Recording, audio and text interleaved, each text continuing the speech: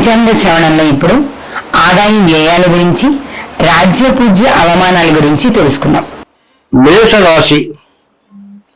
ఈ మేషరాశికి 2 ఆదాయం 14 ఖర్చు, 5 రాజపూజ్యం, 7 రాజావమానం. తర్వాత వృషభ రాశికి వచ్చేప్పటికల్లా 5 11 ఆదాయం, 5 ఖర్చు, రాజపూజ్యం 1, రాజావమానం 3. అట్లాగే మిథున రాశికి వచ్చేప్పటికల్లా 14 ఆదాయం, 2 వ్యయం, మరి 4 రాజపూజ్యం, 3 రాజావమానం. కర్కాటక రాశికి వచ్చేప్పటికల్లా 8 ఆదాయం, మరి 2 వ్యయం ఖర్చు, రాజపూజ్యం 7, రాజావమానం 3. సింహరాశికి వచ్చేప్పటికల్లా మరి ఆదాయం 11, ఖర్చు 11, రాజపూజ్యం 3, రాజావమానం 6. కన్యారాశికి వచ్చేప్పటికల్లా ఆదాయం 14, ఖర్చు 2, అట్లాగే రాజా పూజ్యం 6, రాజావమానం 6. తులారాశికి వచ్చేప్పటికల్లా 11 ఆదాయం, 5 ఖర్చు, 2 రాజపూజ్యం, 2 రాజావమానం.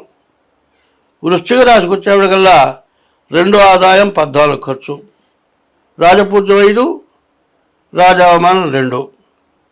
ధనస్సు రాశికి వచ్చేప్పటికల్లా 5 ఆదాయం, 5 వ్యయం, మరి 1 రాజపూజ్యం, 1 రాజావమానం. తర్వాత మకర రాశికి వచ్చేప్పటికి 8 ఆదాయం, 14 ఖర్చు, 3 రాజపూజ్యం, 5 రాజావమానం. కుంభరాశికి వచ్చేప్పటికల్లా 8 ఆదాయం, 8 వ్యయం, 7 రాజపూజ్యం, 7 రాజావమానం. మీన రాశికి వచ్చేప్పటికల్లా 5 ఆదాయం, 5 వ్యయం, 3 రాజపూజ్యం, 1 రాజావమానం. గురుగారు, ఇక్కడ చిన్న సందేహం. ఆదాయం 2, వ్యయం 14 ఒక చోట చెప్పారు. అది అంటే ఏంటి గురుగారు? దాని అర్థం ఏంటి? వీళ్ళు 2 సంపాదిస్తే 14 ఎలా ఖర్చు పెట్టగలరు? ఆదాయానికి వ్యయానికి సరిగా చెప్పాలంటే పంచాంగంలో చెప్పేది డబ్బు కాదు. ఓ, డబ్బు కాదు ఇది. డబ్బు కాదు, పుణ్య పాపాలు. అంటే పుణ్యం అనేది తక్కువ, పాపం అనేది ఎక్కువ. ఓహో. పుణ్యం అనేదాన్ని చివరికి తీసుకుంటున్నాం, పాపాన్ని ముందు తీసుకుంటున్నాం. పాపం చేయని వానముడు ఎవడూ లేడు, పుణ్యం చేసేవానముడు తక్కువ. ఒకవేళ పాపం చేస్తేనేమో దాచిపెట్టుకుంటాడు, ఎవడికి చెప్పడు. పుణ్యం చేస్తే పుణ్యం చేశానంటాడు. పుణ్యం చేస్తే ఎట్లా అవుతుందంటే 100 రూపాయల కాగితం ఉందనుకోండి, చిల్లర తీసుకొని 10 చప్పుడైనా 10 సార్లు ఖర్చు పెడితే అయిపోతుంది. అట్లాగే పుణ్యం ఖర్చు అయిపోతుంది. పాపం అనేది చెబితే ఎవరన్నా తిడతారేమో, అమ్మో దుర్మార్గుడు అంటారేమో, దాచిపెట్టుకుంటాడు. దానికేమో బ్యాంకులో వేసిన వడ్డీలాగా పెరుగుతుంది, పుణ్యమేమో ఈ విధంగా ఖర్చు అయిపోతుంది. అయితే స్వర్గం ఉంది, నరకం ఉంది. స్వర్గం ఎట్టా ఉందో, నరకం ఎట్టా ఉందో చూపిస్తా. ఒకడు ఏం చేశాడు, ఇవాళ రోజుల్లో పరిస్థితుల్లో రోడ్డు ఎమ్మడి కూడా మరి సీసీ కెమెరాలు ఉన్నాయి. ఆడమనిషి అర్ధరాత్రి బయటికి వెళ్ళి ఇంటికి కూర్చున్న రోజున స్వతంత్రం వచ్చినట్టు గాంధీ గారు చెప్పారు. ఆ రోజు ఎప్పుడు వస్తుందో ఎప్పుడు చూస్తామో తెలియదు. కానీ ఇటువంటి వాటికి కొంచెం ఇబ్బంది లేకుండా ఉండటానికి సీసీ కెమెరాలు బాగా కనపడుతున్నాయి. ఒక ఆడమనిషిని పట్టుకున్నాడు, రోడ్డు మీద వ్యభిచారం చేశాడు, ఎవడూ లేడు అనుకున్నాడు. మరి పాపం పండింది, సీసీ కెమెరాలో దొరికాడు. అప్పుడు బాధపడ్డాడు, ఇట్లాంటి పాపం పని చేశానా అని. పాపం చేసినవాడు ఆ విధంగా బాధపడే పరిస్థితి ఖచ్చితంగా వస్తుంది. పాపం చేసినవాడు ఏదో రకమైనటువంటి బాధ ఖచ్చితంగా పడతాడు. ఎవడి సొమ్మన్నా దోచుకొని ఎవరినైనా హింసిస్తే ఏ టైంలో ఏ కష్టం వచ్చినా ఆ పని చేసిన వాళ్ళు నాకు ఇది వచ్చిందేమో అని వాడెంతలో వాడే ఆలోచించుకొని వాడే కుంగి వాడే అనారోగ్యం గురవుతాడు. అది నరకం. ఇక్కడే నరకం. అది అంతేనా? కరెక్టేనా? భూలోక నరకం. 10 మంది ఉన్నాం, ఇక్కడ వస్తువు పోయింది, బలాన్ని పోయింది, బంగారు గొలుసు పోయింది అంటాము.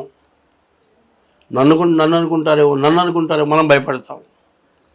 అందరికంటే భయపడేవాడు నన్ను మొత్తాన్ని ఎతికితే నా దగ్గర బయటపడుతుందేమో. అసలు ఇక్కడికంటే ముందు వెళ్ళిపోతే బాగుండేమో. ఎప్పుడు పారిపోద్దామని వాడు చూస్తుంటాడు. వాడిని ఖచ్చితంగా గుర్తుపట్టచ్చు. 10 మంది మొహాల్లో వాడి మొహాన్ని బట్టి గుర్తుపట్టచ్చు. అదే సత్కార్యం చేశాడు అనుకోండి, వాడి ఆనందం లాంటి ఆనందం ఇంకోట్లేదు. ఆ ఆనందం చాలా గొప్ప ఆనందం. ఆ ధర్మం ఎట్లా ఉంటుందో చెబుతా నేను. మొన్న ఆయన పాపం హరిదాస్ గారు, ఆయన చచ్చిపోయినాడు. ఆయన భార్యకి షుగరు 600 700 వచ్చింది, కోమాలోకి వెళ్ళిపోయింది. మేము చోట నాటకం చూస్తున్నాం. సరే, పిల్లవాడు ఫోన్ చేశాడు. హడావుడి అసలు చెప్పులు దొరుకుని పడిపోయేటట్లున్నాడు. ఏమిటంటే చెప్పకుండా మరి చెప్పుకోవా అంటే టౌన్ కడమని వెళుతుంది. నేను కూడా వస్తా పాను వెళ్ళా. నా జేబులో 3000 ఉన్నాయి. బాగా ఈ కళాకారులు ఒక ఆయన డాక్టరు, ముందు ఆయన దగ్గర తీసుకెళ్ళాం. ఇక్కడ లాభం లేదండి, పెద్ద హాస్పిటల్ పోవాల్సిందే అని అప్పటికి ఉపశమనానికి ఏదో మందులు వాడి అంబులెన్స్ పిలిచి దాంట్లో గ్యాసు ఇవన్నీ పెట్టి, ఆక్సిజన్ పెట్టి, మరి ఈ నాడి ఇవన్నీ కూడా పెట్టి, ఓ చిన్న డాక్టర్ని పెట్టి గవర్నమెంట్ హాస్పిటల్కి ఆయన ఇంకా తెలిసిన పెద్దవాళ్ళతో రికమెండేషన్ చేసి తీసుకెళ్ళండి అన్నారు. దీనికి 3000 ఖర్చు అయింది. ఆయన దగ్గర డబ్బులు లేవు. ఈయన చేయాల్సిన ధర్మం చేశాడు కానీ నువ్వు 3000 ఖర్చు పెట్టమంటే అడగడం ధర్మం కాదు, ఆయన బుద్ధి పెడితే కాదరం. నా జేబులో 3000 ఉన్నాయి, 3000 ఖర్చు పెట్టేశారు. ఇంటికి వస్తే పాలకి డబ్బులు లేవు. పాల ప్యాకెట్ 3000 తీసుకెళ్ళి లేవు, పాల ప్యాకెట్ డబ్బులు లేవంత నీవే. జరిగింది అయితే చేశాను. అబ్బో వాటి బాధ తిట్లు మామూలు కాదు. కానీ దాంట్లో స్వర్గం ఉందా నరకం ఉందా? నాకు తెలిసి స్వర్గమే ఉంటుంది గురుగారు. ఒక మనిషి ప్రాణాన్ని నిలబెట్టడం కంటే వేరే స్వర్గం ఉంటుందని అనుకోను నేను. అంతేనా? తిడితే ఉంది ఆ క్షణానికి ఉన్న బాధ కావచ్చు, కానీ స్వర్గమే కదా, ఒక మనిషి ప్రాణం అయితే నిలబడిందిగా. అసలు ఎన్నో దానాలు చేసిన దానికంటే, ఎన్నో గుళ్ళు కట్టించిన దానికంటే, ఎన్నో పెళ్ళిళ్ళు చేసిన దానికంటే, ఎంతో అన్నదానాలు చేసిన దానికంటే ఆత్మసంతృప్తి ఉంటుంది ఇక్కడ. ప్రాణాపాయ సమయంలో ఆ ప్రాణాన్ని రక్షించగలిగితే అంతటి పుణ్యం ఇంకోటి లేదు అనే నమ్మకం ఉంటే చేస్తాడు ఆ పని, లేకపోతే ఎవరు చేయలేడు. అదే ఇక్కడ స్వర్గం. ప్రాణాన్ని రక్షించడం స్వర్గం. ఇప్పుడు కొంతమంది ఉన్నారు, పెద్దవాళ్ళు ఉన్నారు, వాళ్ళకి ఏవో రోగాలు ఉన్నాయి. హార్ట్ అటాక్ ఉంది, మరి అది కాకుండా షుగర్ ఉంది, బీపీ ఉంది, నెమ్ము ఉంది, లేని రోగాలు లేవు, ఎప్పుడు మందులతోటే ఉన్నాడు, వాడు కోమాలో పోయినాడు. ఎంత ఖర్చు పెట్టాడు సంపదగచ్చి వాడే పోతాడు, ఉంటాడు, పోతాడు అని వదిలిపెట్టాడు అనుకో, ప్రాణం పోతే అది పాపం కాదా? పాపమే గురువుగారు. చచ్చే రోజు వరకు ఎంత ఖర్చు అయినా, సర్వస్వం కోల్పోయినా ప్రాణాన్ని రక్షణ చేయడం కోసం చేసేటువంటి ఖర్చు, సర్వస్వం ధారపోసి చేసిన ఖర్చు పుణ్యం కదా. అది ఎంత పుణ్యం, ఇది ఎంత పాపం. స్వర్గం నరకం ఇక్కడే ఉన్నాయి. నీవు స్వర్గంగా ఉన్నప్పుడు ఆనందంగానే పోతావు, స్వర్గానికి పోతావు. ఆ స్వర్గం మనం చూడకపోయినా, స్వర్గం మనకు తెలియకపోయినా, కానీ జన్మంటూ మంచి జన్మ వస్తుంది. మళ్ళీ పందిగాను కుక్కగాను పుట్టాం. పాపం చేస్తే మాత్రం, పాపం చేస్తే ఆ జన్మలే. కుక్క కావచ్చు, ఎలికి కావచ్చు, పాము కావచ్చు. పాము కాదు, పాము మళ్ళీ మంచిదే, చేలు మంచిదే. ఆ విషయం మనకు ఉపయోగపడుతుంది. అవును, ఇట్లాంటి నీచపు జన్మలు లేకుండా ఉంటాయి. పంది పుటక, ఇట్లాంటి పుటకలు మనం చేసే పాపం వల్ల వస్తాయి, పుణ్యం వల్ల ఉత్తమమైన జన్మలు వస్తాయి. ఇంకా 33 కోట్ల మంది దేవతలు, 84 లక్షల జీవరాశులు. జీవరాశులు ఎక్కువ, దేవతలు ఎక్కువ. జీవరాశులు ఎక్కువనే కదా గురుగారు. 33 కోట్ల దేవతలు ఎక్కువ ఉన్నారు. 84 లక్షల జీవరాశులు, దేవతలు ఎక్కువ ఉన్నారు. మరి ఆ దేవతలంతా ఇక్కడ కనపట్టలేదంటే ఏమిటి? 84 లక్షల జీవరాశులు ఎందుకు కనబడుతున్నారు?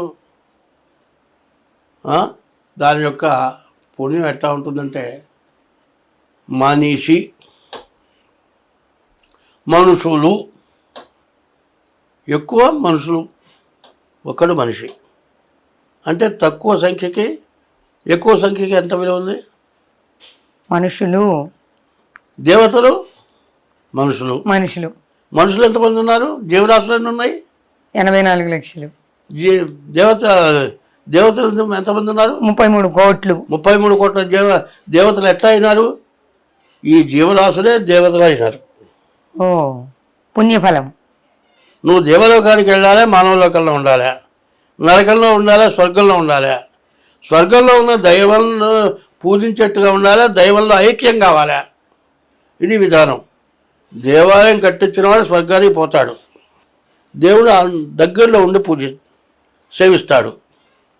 దేవాలయం పాడుపడిపోయిన తర్వాత, నిత్య నైవేద్య దీపారాధన ఆగిపోయిన తర్వాత ఎవరైతే పునరుద్ధరణ చేస్తాడో దేవుళ్ళో ఐక్యం అవుతాడు. ఇది పుణ్యం పాపం మన చేతుల్లోనే ఉన్నాయి. అది మన చేతుల్లో ఉన్నాయి. చూశారు కదా, పంచాంగ శ్రవణంలో మనం రాజ్య పూజ్య అవమానాలు, ఆదాయ వ్యయాలు తెలుసుకున్నాము. అలాగే గురుగారు ఒక విషయం చెప్పారు కూడా, ఆదాయము వ్యయము అంటే మనం ఎప్పుడూ కూడా ఆదాయం అంటే డబ్బుగానే తీసుకుంటున్నాం, కానీ ఇక్కడ ఆదాయం వ్యయాలు కేవలం ధన రూపంలోనే కాదు, మనం చేసే పాప పుణ్యాలు కూడా ఆదాయం వ్యయాలే అని సవివరంగా తెలియజేశారు.